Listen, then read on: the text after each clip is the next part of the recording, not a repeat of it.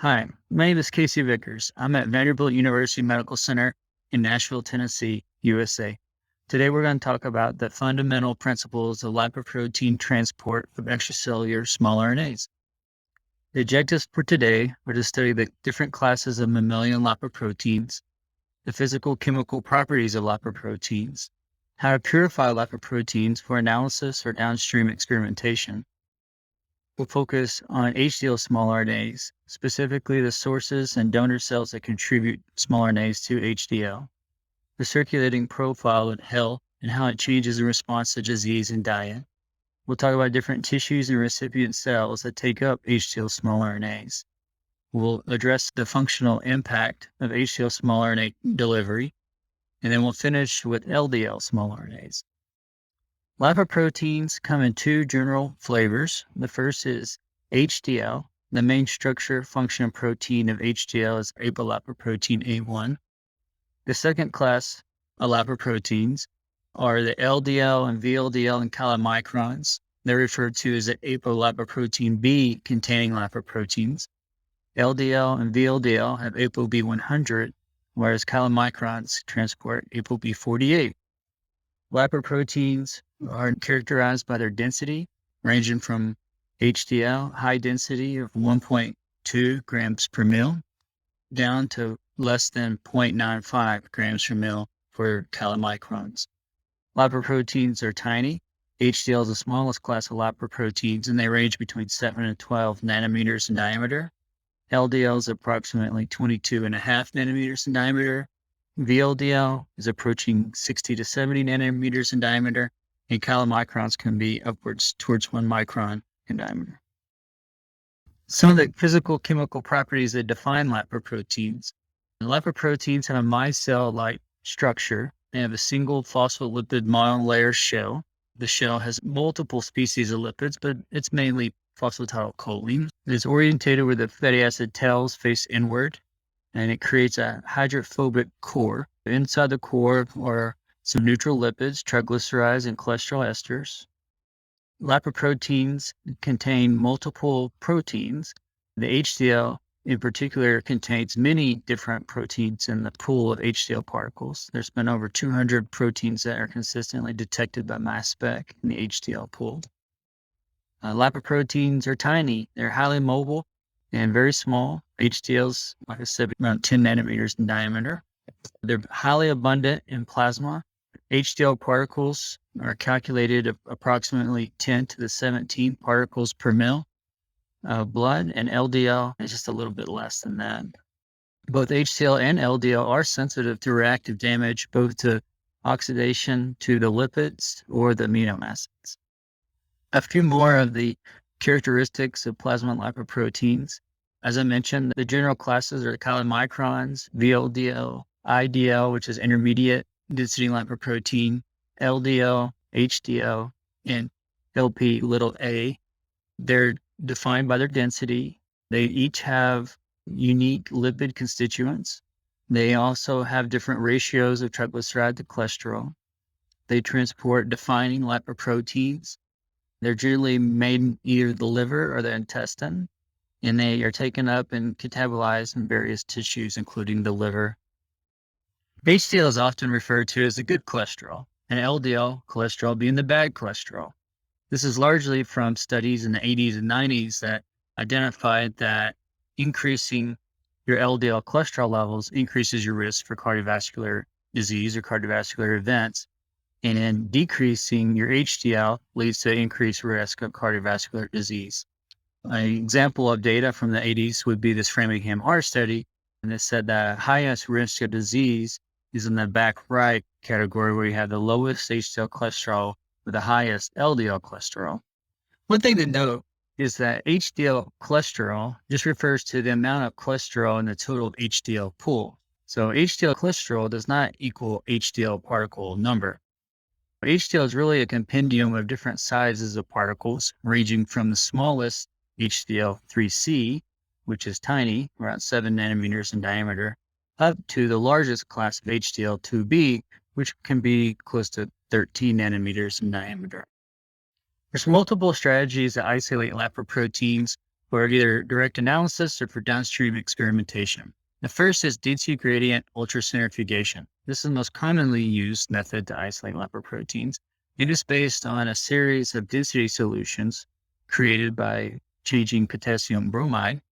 But the different density solutions allows you to take specific cuts or fractions of lipoproteins based on density. The next most applied method is size exclusion chromatography or gel filtration. Usually these columns are attached to an FPLC system or a fast protein liquid chromatography system. Sometimes you hear this referred to as just FPLC based. This method isolates lipoproteins from other plasma components based on size. The third most used technique is immunoprecipitation or affinity capture. Antibodies against ApoB or ApoA1 can be affixed to magnetic beads or agarose and used to pull down lipoproteins. There's some new solutions and kits on the market that take advantage of a solution-based isolation of lipoproteins. And people either can use these solutions to remove ApoB and deplete them from the other lipoproteins, or can go after specific lipoproteins by changing these solutions. More recently, there's been a big push in the biomedical engineering field to come up with new microfluidic systems that can isolate lipoproteins in extracellular vesicles from complex heterogeneous solutions. So stay tuned on advances in that space. Finally, there's a newer technique called asymmetrical flow field flow fractionation. This technique has a lot of opportunity to grow, and I think the biggest barrier is scaling issues and scalability. Right now, it requires a low input in the 50 microliter range. However, I look forward to this technique being able to handle mils input in the future. One thing to consider when isolating your lipoproteins is that EVs, here in the middle in the dark gray, have a similar density as HDL and LDL. So it's important to use tandem methods or to combine two different methods to make sure that you have really pure homogeneous lipoproteins that are completely removed from extracellular vesicles that could have a similar density if you're just going to perform density gradient ultracentrifugation. However, putting density gradient with FPLC or size exclusion chromatography is a viable approach to get really pure lipoproteins away from the extracellular vesicles. Here's an example of combining two techniques. In this study, their strategy was to combine sequential flotation ultracentrifugation with size exclusion chromatography. Sequential flotation ultracentrifugation is similar to density gradient. However, you will isolate lipoproteins by a selected defined density cut. So here they would do ultracentrifugation. After 30 minutes, remove the chylomicrons, readjust the density, do ultracentrifugation, remove the albumin and lipoproteins, and then with the remaining sample, take it and run it through FPLC. Another approach for tandem isolation is the combined density gradient plus size exclusion chromatography for HDL isolation. In the bottom in B, you can see we start with plasma, start with blood and purify out the plasma, and then run plasma through the density gradient, collect the HDL region, which is represented by a density of 1.063 grams per mil, upwards to 1.21 grams per mil. Take that cut and then inject it into the FPLC using size exclusion chromatography columns, and then able to collect the fractions corresponding to HDL. This will require some filtration and some concentration, and then you'll get your purified HDL-free extracellular vesicles.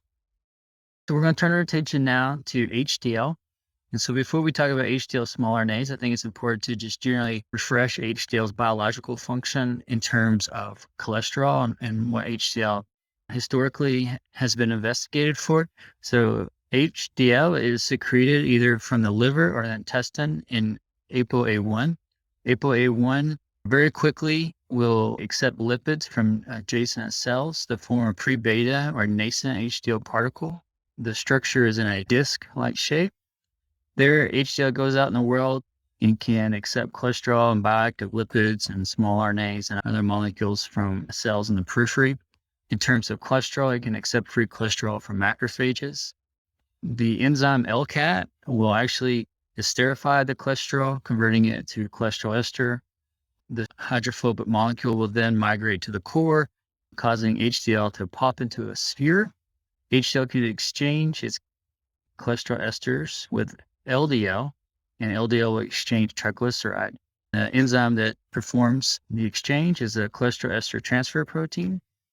HDL then will bring back its triglycerides and its remaining cholesterol esters back to the liver, ultimately for excretion to bile. That's how HDL relieves the burden of extracellular cholesterol from the periphery, but it also provides a foundation for us to study HDL's acceptance and delivery and exchange of different small RNAs. The composition of HDL, as I mentioned, there are many proteins in the overall pool of HDL particles. Not every protein is on every HDL particle, but through shotgun proteomics, they identified over 200 different proteins consistently in the HDL pool. There are hundreds of lipid species. As I mentioned earlier, the dominant species is phosphatidylcholine, but there's many other classes and types of lipids on lipoproteins. Finally, there's microRNAs, as well as many other types of small RNAs, which we'll discuss here in a few slides. In addition to the cholesterol, HDL has many types of RNAs, but we think that this alternative cargo fits into a phenomenon of HDL's alternative functions. So HDL has many different beneficial functions outside of the reverse cholesterol transport pathway I just mentioned. HDL has antioxidation capacities, anti-inflammatory, anti-infectious. We think a lot of HDL's non-cholesterol cargo contributes to these alternative functions. A quick note about HDL stability and protection from RNases. HDL does a pretty good job of protecting RNA from extracellular RNases. Here, RNase A activity was completely blocked by HDL. Relatively low amount of miR223 on HDL here with a CT in the low 30s. However, treating HDL with increasing levels of RNase A activity did not decrease the amount of detectable miR223. However, if you were to treat that HDL with some detergent, sodium hydroxide, and heat, you're able to break apart the HDL, and now the protected RNA is sensitive to RNases and completely degraded. HDL RNAs are also quite protected against freeze thaws. You can thaw out your samples as many as 5 times and still get the same CT of microRNAs, both at -20 and at -80 degrees. So HDL can be stored long-term for RNA analysis. We first measured microRNAs on HDL using PCR-based TACMan low-density arrays. These are basically individual PCR assays in each well. We're able to identify a consistent profile of microRNAs, miR135A star, miR188 5P, 877, 223, miR375, 106. These are some of the more abundant ones that we were able to detect. And FH, or familial hypercholesterolemia, a lot of these microRNA levels are dramatically increased. In fact, we performed a differential expression analysis for HDL microRNAs, and we were able to identify a couple dozen microRNAs that were increased or decreased with hypercholesterolemia and atherosclerosis.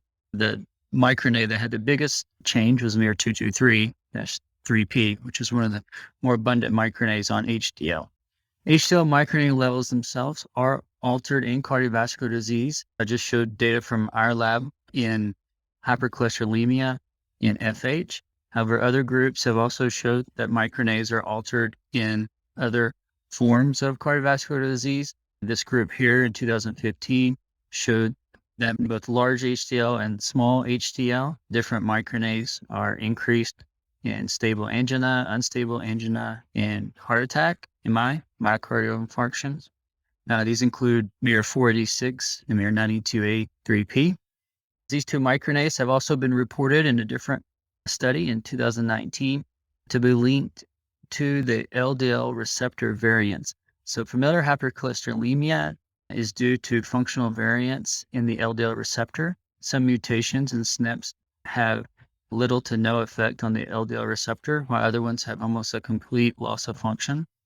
They were able to look at the abundance of different microRNAs on HDL and link that back to the LDL variants and function for that receptor. These microRNAs were also studied, miR486, miR92A, and 223, at the intersection between metabolic dysfunction and cardiovascular disease. This group in 2016 looked at HDL microRNA changes in acute coronary syndrome with stable angina, either in the setting of normal glycemia or hyperglycemia. For each of the three microRNAs, A, B, and C, the individuals where the microRNAs went up with cardiovascular disease, they increased further with hypertriglyceridemia. So these data agree with other evidence that suggests that metabolic dysfunction exacerbates the cardiovascular disease-associated microRNA changes on HDL. HDL microRNAs have also been found to be altered in diabetic nephropathy. In 2019, this group isolated pure EVs, HDL, and AGO2 as extracellular carriers of microRNAs, and then looked at the changes in candidate microRNAs in each of these carriers under disease. For miR-132, they found in diabetes as well as diabetic nephropathy that miR-132 is significantly decreased on HDL. HDL microRNAs are also altered by diet. This study looked at HDL microRNAs in pig that were fed a high-fat diet, and they used both small RNA sequencing and PCR to measure pig microRNAs in response to high-fat diet. They were able to find a handful that went down, but the sequencing results did appear to be confirmed or validated by PCR. HDL microRNAs are also responsive to trans fat. The trans fat diet changes some of the microRNAs on HDL. It also changes HDL's contribution to the total plasmatic pool of RNA circulating in plasma. In one interesting vignette, chocolate or 3-O-bromine may increase specific HDL microRNA levels. So here up top, miR-92A3P levels were increased after 4 weeks of theobromine ingestion. We also were able to find that miR-135 was increased with theobromine dietary supplementation. HDL microRNA changes are also associated with obesity and weight loss, but not the way you would think. So HDL microRNAs are increased in obese subjects. miR-223 and miR-222 were both found to be significantly increased in obese subjects compared to healthy controls. However, after 12 months of follow-up after gastric bypass, the microRNA levels did not go down. In fact, they were significantly elevated from baseline. While HDL microRNAs are increased in obesity, surgical weight loss at 12-month follow-up did not show that the microRNAs returned back to healthy levels. In fact, they were further significantly increased after 1 year. To address the sources of HDL microRNAs, we'll first start with tissues and go down to cells. In this study in 2018, the authors looked at microRNAs that were either deposited into atherosclerotic lesions by HDL or exported to HDL as it passed through the lesion. They measured a transcoronary gradient of HDL microRNAs in cardiovascular disease in both stable coronary artery disease as well as acute coronary syndrome. And they looked at the levels of miR-223 and miR-92A3P on HDL before and after. It looks like there was a significant difference between stable coronary artery disease and ACS as far as the ability to take up RNAs or deposit RNAs. In stable coronary disease, the lesions will efflux or export RNAs to passing HDL, whereas the levels on HDL are decreased coming out of the lesion in acute coronary syndrome. So the atherosclerotic lesions likely contribute to HDL microRNAs in certain conditions. HDL is found in other biological fluids in addition to plasma, and HDL there also has microRNAs. HDL in lymph was found to have microRNAs, and the microRNAs expression is altered by either insulin resistance or niacin therapy to treat the insulin resistance. HDL miR-223 is present in intestinal lymph and decreased in the setting of insulin resistance. At the cellular level, to determine if cells export RNAs to HDL, we have optimized the HDL microRNA or small RNA export assay. Briefly, we will treat cells in culture or tissue in culture, for example, primary islets. We'll treat them with either native HDL or reconstituted HDL for a period of time. and then isolate the HDL from the media using either size exclusion chromatography or the ApoA1 immunoprecipitation method, and then use PCR sequencing to look at changes of the RNAs on the HDL post compared to pre or after compared to before. If microRNAs or small RNAs are significantly increased after or in the post compared to the before or the pre, then they would be designated as being significantly exported out of that cell type to HDL. This little synopsis slide highlights a few of our studies over the years where we've looked at different microRNAs coming out of different cell types to HDL. We looked at pancreatic islets and beta cells. We looked at monocytes, macrophages, dendritic cells, T cells, B cells, endothelial cells, and adipocytes. And these are some of the microRNAs that we've identified to be increased on HDL after incubation with the cells. One story that I would like to highlight is some of our work on miR-375. miR-375 is one of the most studied microRNAs in pancreatic islet beta cells. It is a key microRNA in regulating beta cell integrity and glucose-stimulated insulin secretion. miR-375 is also consistently detected on circulating HDL. So we went and looked to see if pancreatic beta cells export miR-375 to HDL, and they do, both in the rat INS1 cells and the mouse MIN6 cells, where we'll see a significant increase in miR-375 in the post-HDL compared to the pre. miR-145 is expressed in these cells, but it's not exported to HDL. Evidence of a specific export, miR-375 is selected to be exported to HDL. What's interesting is this cellular export of 375 to HDL is suppressed by glucose-stimulated insulin secretion, GSIS. In high glucose conditions in cell culture, that export of 375 is shut down. We can recapitulate this observation by introducing loss of function, either mutations or genetic strategies to different regulation points in this pathway to demonstrate that while the islets export 375 to HDL, this export is inversely regulated too. That's represented by this schematic here, that beta cell secretion of miR-375 is inversely associated with insulin secretion. So in states of high glucose, where the beta cells are required to secrete insulin granules or fuse insulin granules with the plasma membrane, miR-375 and microRNA export to HDL is shut down. However, in low glucose conditions, miR-375 is exported to HDL. In addition to pancreatic beta cells, we've also studied how HDL can accept RNAs from immune cells. Here's some data showing that neutrophils can export miR-223 to HDL. After 4 hours, the miR-223 levels are significantly increased compared to the pre-levels on HDL. This is also found in reconstituted HDL at the pre compared to the post level. We think that when HDL bumps into the cells, into the neutrophils, it actually stimulates the transcription of miR-223. So the cellular levels of miR-223 are increased when treated with native HDL or reconstituted HDL. Not only the mature levels, but the primary transcripts are also significantly increased by HDL incubation. This export of 223 to HDL from neutrophils was found to be blocked by cholesterol flux. So very much like beta cells and the export of insulin, immune cells' export of cholesterol to HDL antagonizes or inhibits cellular 223 export to HDL.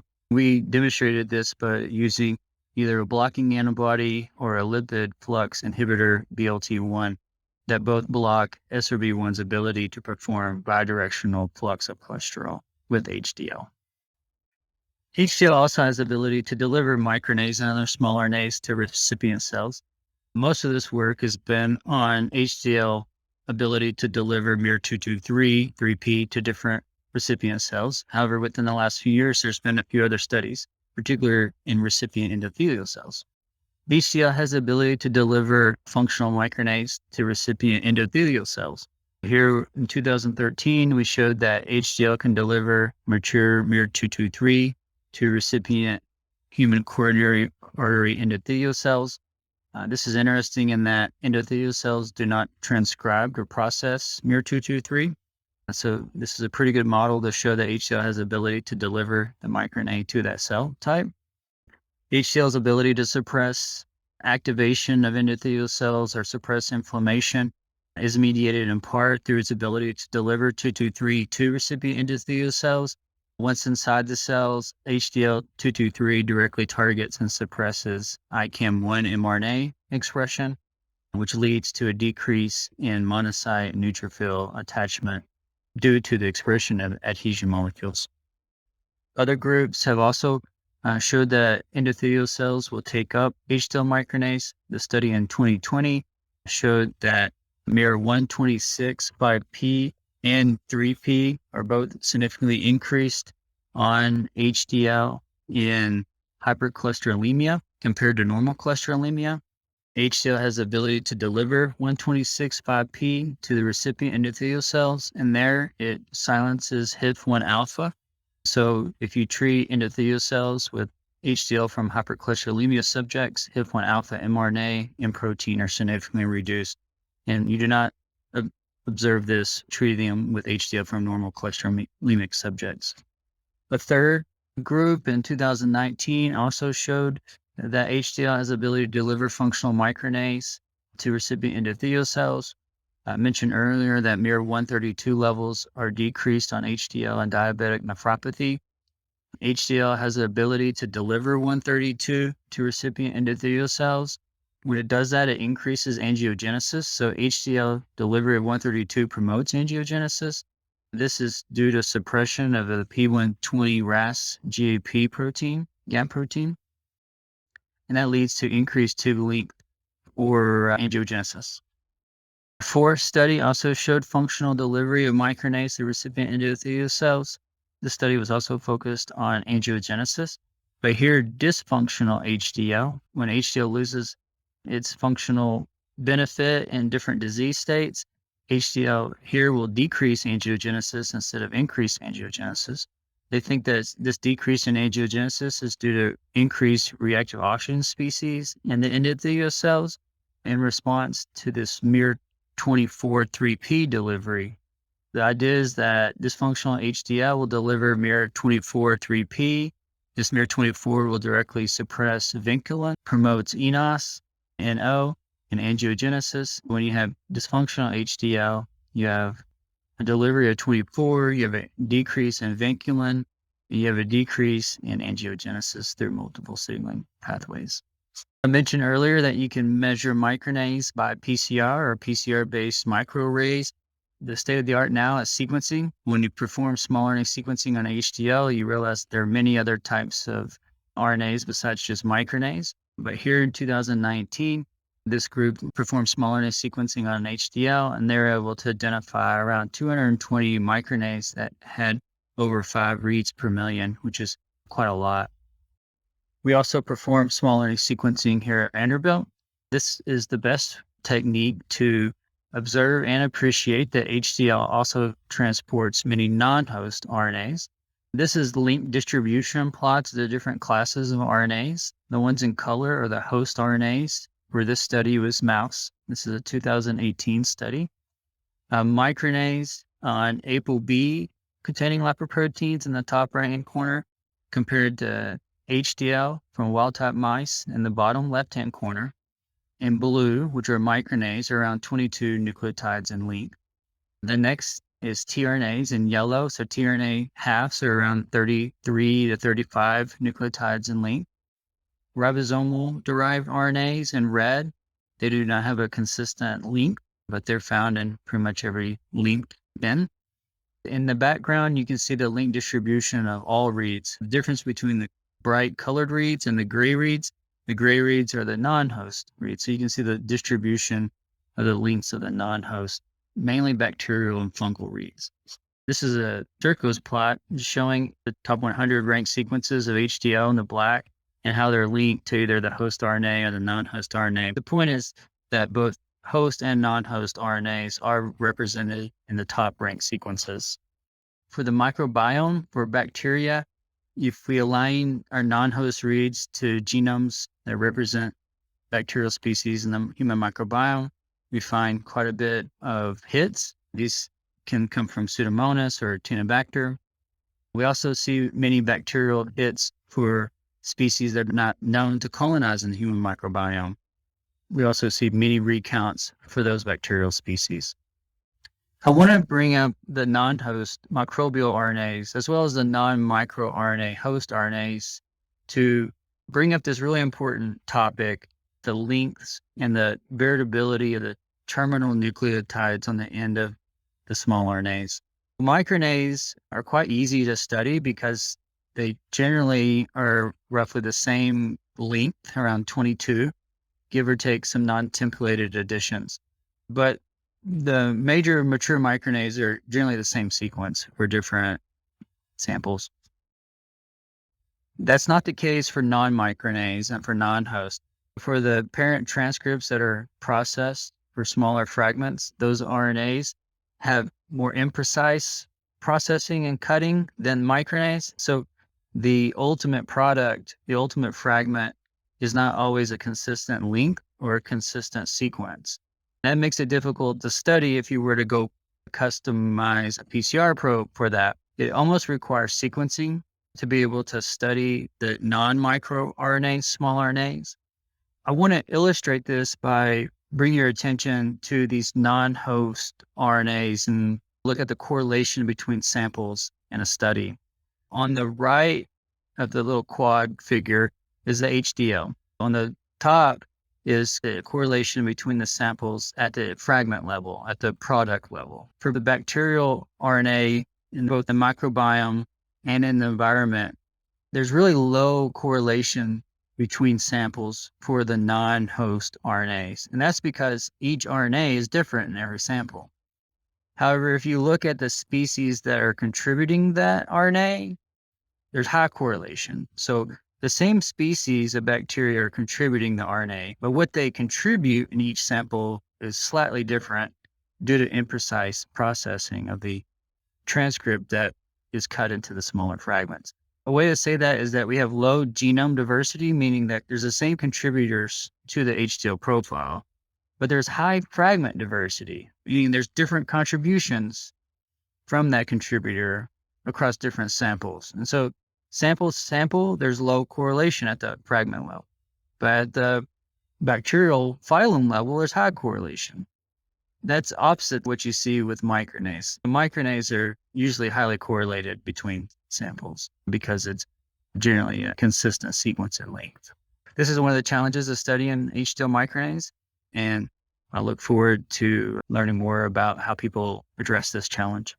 Finally, I just wanted to mention LDL sequences are almost identical to HDL sequences in matched individuals. There are some slight differences in the length. Overall, ApoB containing lipoproteins, LDL and VLDL, generally have the same profile as the matched HDL from that plasma sample. This is a study back in 2011 where we looked at the HDL profile, compared it to the LDL profile, and then compared that to the exosome profile. Overall, the HDL profile is more similar to LDL than it is to the exosome profile, but they are all pretty similar. I think this should be revisited at some point. In summary, there are multiple identified sources of HDL small RNAs, pancreatic beta cells, immune cells, bacteria in our environment, microbiome. There's known recipient cells and tissues. There's been quite a bit of work in endothelial cells as recipient cells, as well as some other ones, microglial cells and hepatocytes. In summary, I hope you can appreciate that in addition to cholesterol, lipoproteins also transport diverse cargo, including bioactive lipids, proteins, vitamins, and nucleic acids. The HDL transport diverse host and non-host small RNA. The HDL microRNAs are altered in cardiovascular disease, diabetes, and other metabolic diseases. The HDL microRNAs are altered by diet, obesity, and weight loss. The HDL can accept microRNAs from immune cells and pancreatic beta cells. In fact, HDL can also induce a transcription of microRNAs it accepts from the neutrophils. HDL has the ability to deliver functional microRNAs to recipient endothelial cells, and that's been shown by 4 different groups. The HDL and LDL share very similar extracellular RNA profiles. With that, thank you for your attention.